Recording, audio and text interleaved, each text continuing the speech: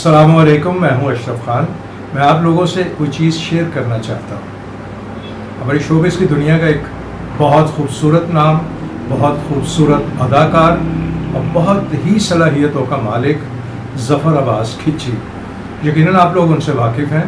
वो जो भी काम करते हैं बहुत अच्छा काम करते हैं, मुतहर्रक रहते हैं, इसलिए मुझे बहुत पसंद है। क्योंकि कुछ ना कुछ सोचते हैं, कुछ ना कुछ करते रहते हैं। अभी देखिए, उन्होंने एक अकेडमी बना रखी है जहाँ नए लोगों को ट्रेनिंग देते हैं, एक्टिंग की, सिंगिंग की। बहुत सारे स्टूडेंट उनकी अकेडमी में जाते हैं और वहाँ से सीख रहे हैं। अब ज़फ़र अब्बास खिच्ची ने एक नया काम किया।